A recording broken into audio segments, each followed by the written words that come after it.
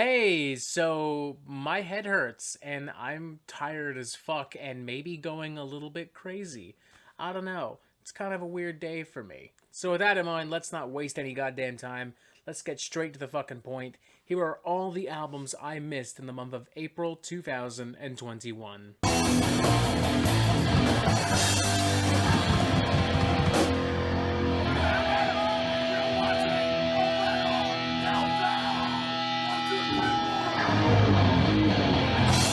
First up, we have Weedsconsin, the first studio album from stoner metal cult classic crew Bongzilla in nearly 16 years. And, what a gigantic waste of time this was. I mean, holy shit, there's nothing happening on this record. It is loud, it is fuzzy, it is very slow and intentionally monotonous, and that's kinda it. Yeah, I'm not really joking, folks. There's just nothing really to talk about. It's a bunch of really loud and grainy and fuzzy stoner rock jams that don't really progress to anything, that don't really evolve into anything, that don't mean anything or have anything to say.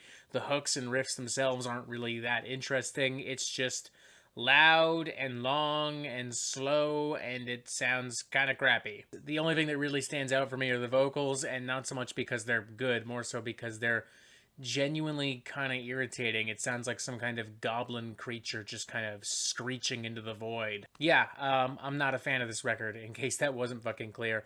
I was not previously really aware of Bongzilla, and after listening to this album, I don't ever really want to be aware of their stuff, because this was just kind of shit, honestly. Next up, we have the debut album from The Limit, the latest project from one Bobby Liebling of Pentagram. But don't let that association fool you, because this is nowhere near the true American doom metal normally expected of Pentagram.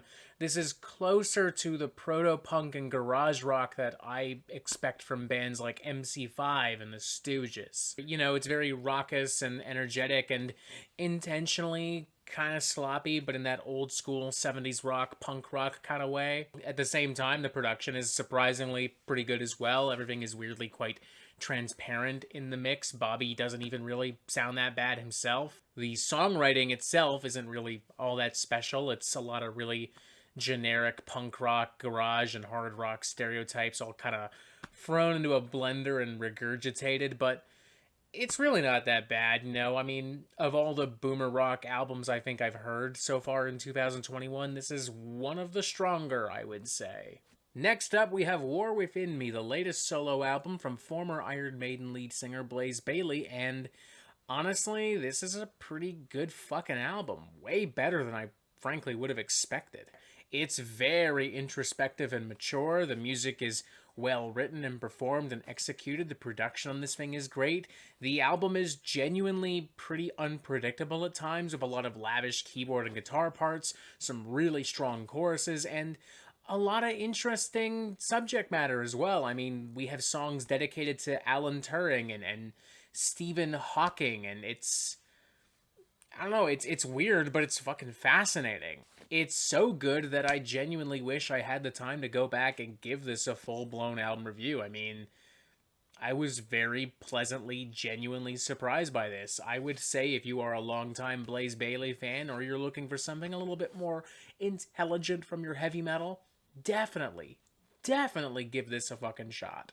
Next up, we have the Guardian Sessions EP from American metalcore crew August Burns Red, hot off the heels of their Guardians album from last year. This EP features some B-sides, some unreleased tracks, a cover of the System of a Down cut Chop Suey, and it's perfectly, totally 100% fine. Yeah, the material is by no means terrible, but it's pretty easy to see why it wasn't left on the Guardians record. It's just not as strong. Even the Chop Suey cover is just kind of boring. I know a lot of people really love it, and good for them, but I would definitely rather listen to the System of a Down original. Like, no fucking contest. I don't know. It's fine. If it were closer to the holidays, this would have made a great stocking stuffer.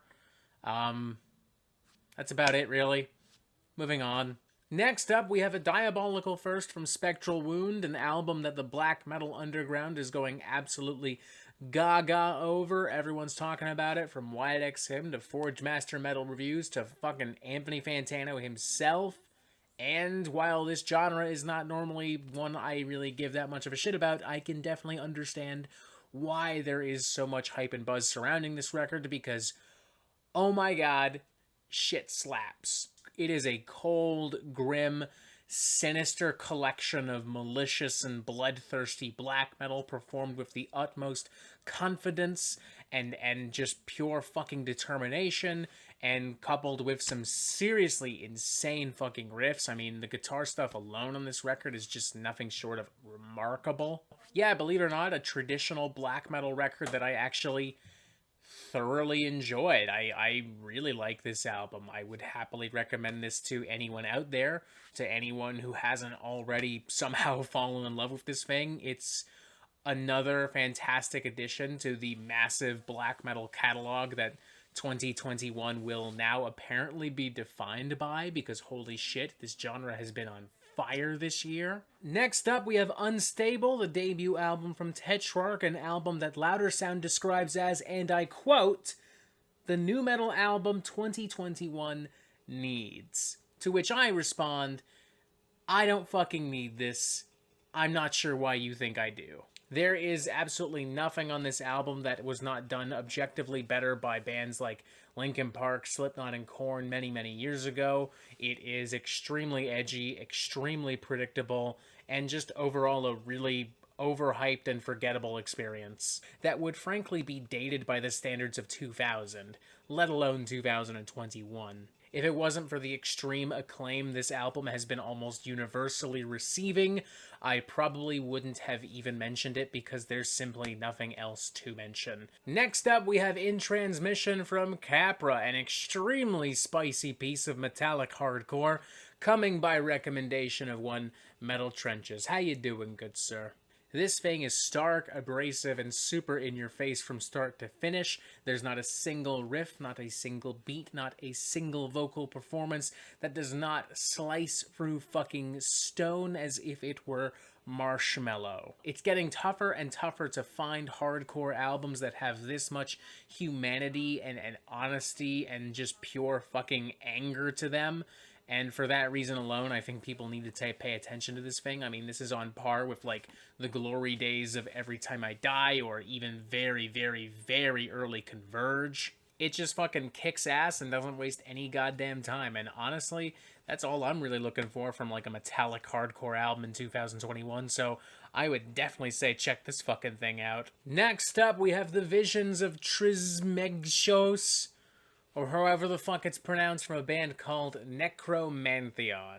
This is truly, without hyperbole, the best thrash metal album I've heard in 2021. This thing is just fucking disgusting from start to finish.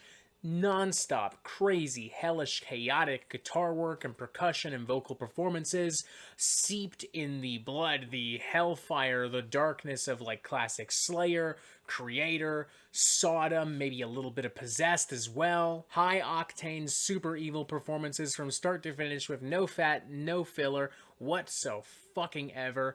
Holy shit, it just kicks utter fucking ass. 2021 has been a pretty damn good year for thrash, with some standout records from Enforced, Paranorm, Cryptosis, Evil, but this is the best of the best right here. I am kind of blown away by how authentic and righteously evil this thing is. If you are a thrash metal maniac and you have, for whatever reason, not already listened to this fucking thing, you need to change that fucking immediately. Period. End of story. No fucking argument. Sit the fuck down and listen to this right goddamn now. Next up, we have Succumb from Altarage, a very dissonant and punishing kind of avant-garde blackened death metal.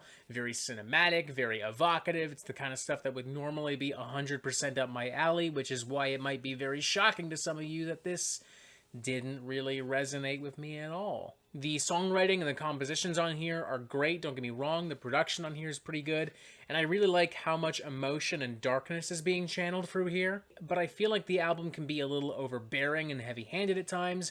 I feel like the riffs could have been a lot stronger on this thing, and I feel like overall, at over an hour long, it's just maybe a little bit too bloated for its own good. Still mostly enjoyable, though, relatively speaking. I mean, if you're just looking for something really immersive and punishing, you really can't go wrong with this. It's just not for me, per se. I don't know. I'll try it again another time, but for now, it's just not really doing anything for me. Next up, we have Towers of Silence from Plasmodium, and, this is a fucking mess. It is very sloppily performed and arranged. It feels very random and unfocused. It's essentially a lot of really crazy and psychedelic and cosmic soundscapes kind of all sandwiched together in a clusterfuck kind of fashion. Nothing really makes a lot of sense. There's no meaning or context to anything. We're essentially just moving from one moment of sonic insanity to another, and it's really fucking irritating. It does not simply lack cohesion, it is straight up devoid of cohesion. We spend an album's worth of time essentially moving from one moment of weird bullshit to the next moment of weird bullshit, and it's all weird pretty much for the sake of being weird, as far as I can tell. There's really nothing else going on aside from the utter sonic insanity, and if there is anything of actual substance here, then it has been successfully hidden by that sonic insanity. Yeah, not a fan, if we're being honest. In fact, I'd go as far as to say this is probably one of the worst constructed albums I've heard in 2021. Yeah. Sorry. Next up, we have Conquistador, the debut album from Stonehealer, and this thing is fucking fantastic. Some really exciting, lush, and inventive progressive black and death metal.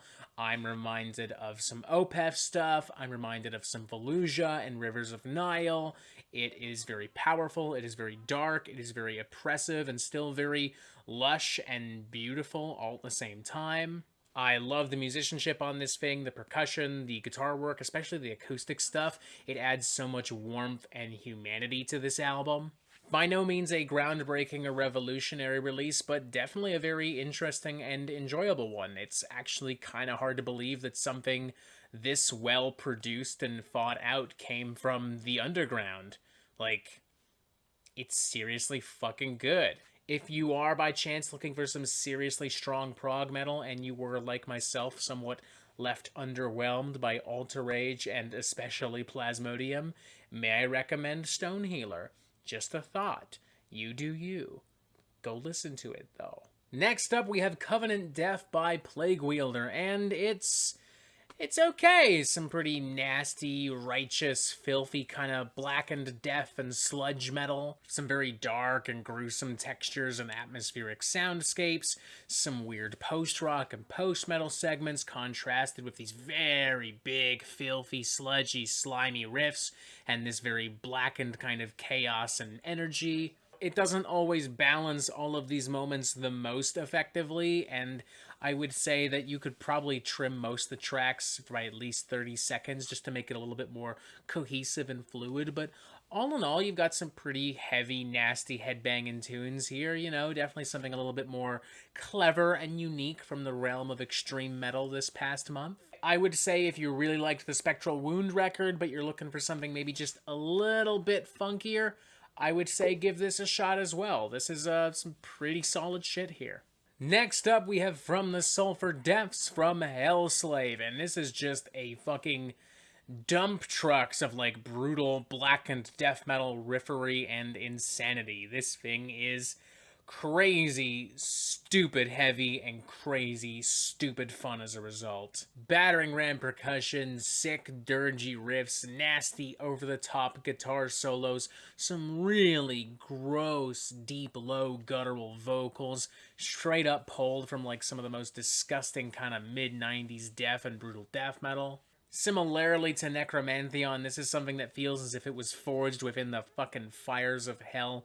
itself. It's not always the most clever or inventive, but goddamn, it is consistently entertaining. And honestly, from death metal and brutal death metal, what more could you possibly really want? If you are by chance just looking for some super crazy, nasty, hellish, over-the-top fucking nonsense and fun, then you cannot possibly go wrong with this, I promise you. Next up, we have Inhumation from Unflesh. Very similarly to the Helslave album, it is full-throttle death metal insanity. This album, though, is more in the vein of some Black Dahlia Murder, or even some of the really early Revocation stuff. It's a little thrashier in some parts, a little bit more melodic in other parts. There's a little bit more of a black metal aura as well, on top of the insane, hyper-technical grooves and musicianship. It's a lot more technical and unpredictable than a lot of the other death metal we've had in the past month. It's filled with great riffs and amazing performances. There's a level of nuance and focus that is frankly sometimes rare within underground death metal. Tight as fuck, heavy as shit, filled with killer grooves and melodies and guitar solos and riffs from start to finish. It's pretty goddamn fantastic, if I do say so myself. And you know what? With that thought in mind, why don't we call it quits? Because honestly, I am so fucking tired and so fucking out of it. The only other album I really wanted to talk about was Ungfell, which Forge Master Metal Reviews and Wyatt X Him have already talked about in pretty great detail, so just go watch their videos if you're super duper fucking curious. That's it for me. Sorry that I'm a little sluggish and out of it today. It's been really weird here at the Meltdown HQ lately. Been busy as fuck. You will see the fruits of my labor very shortly, I promise you, in the form of some very exciting streams and some very exciting interviews, so stay the fuck tuned. Let me know what you feel I missed within the month of April 2021. Let me know what you feel I should be on the lookout for in the future, and as always, you have yourself a fantastic fucking day. Alright, we're done here. I'm gonna go fucking down a bottle of whiskey and go to bed. Yeah. Night, y'all.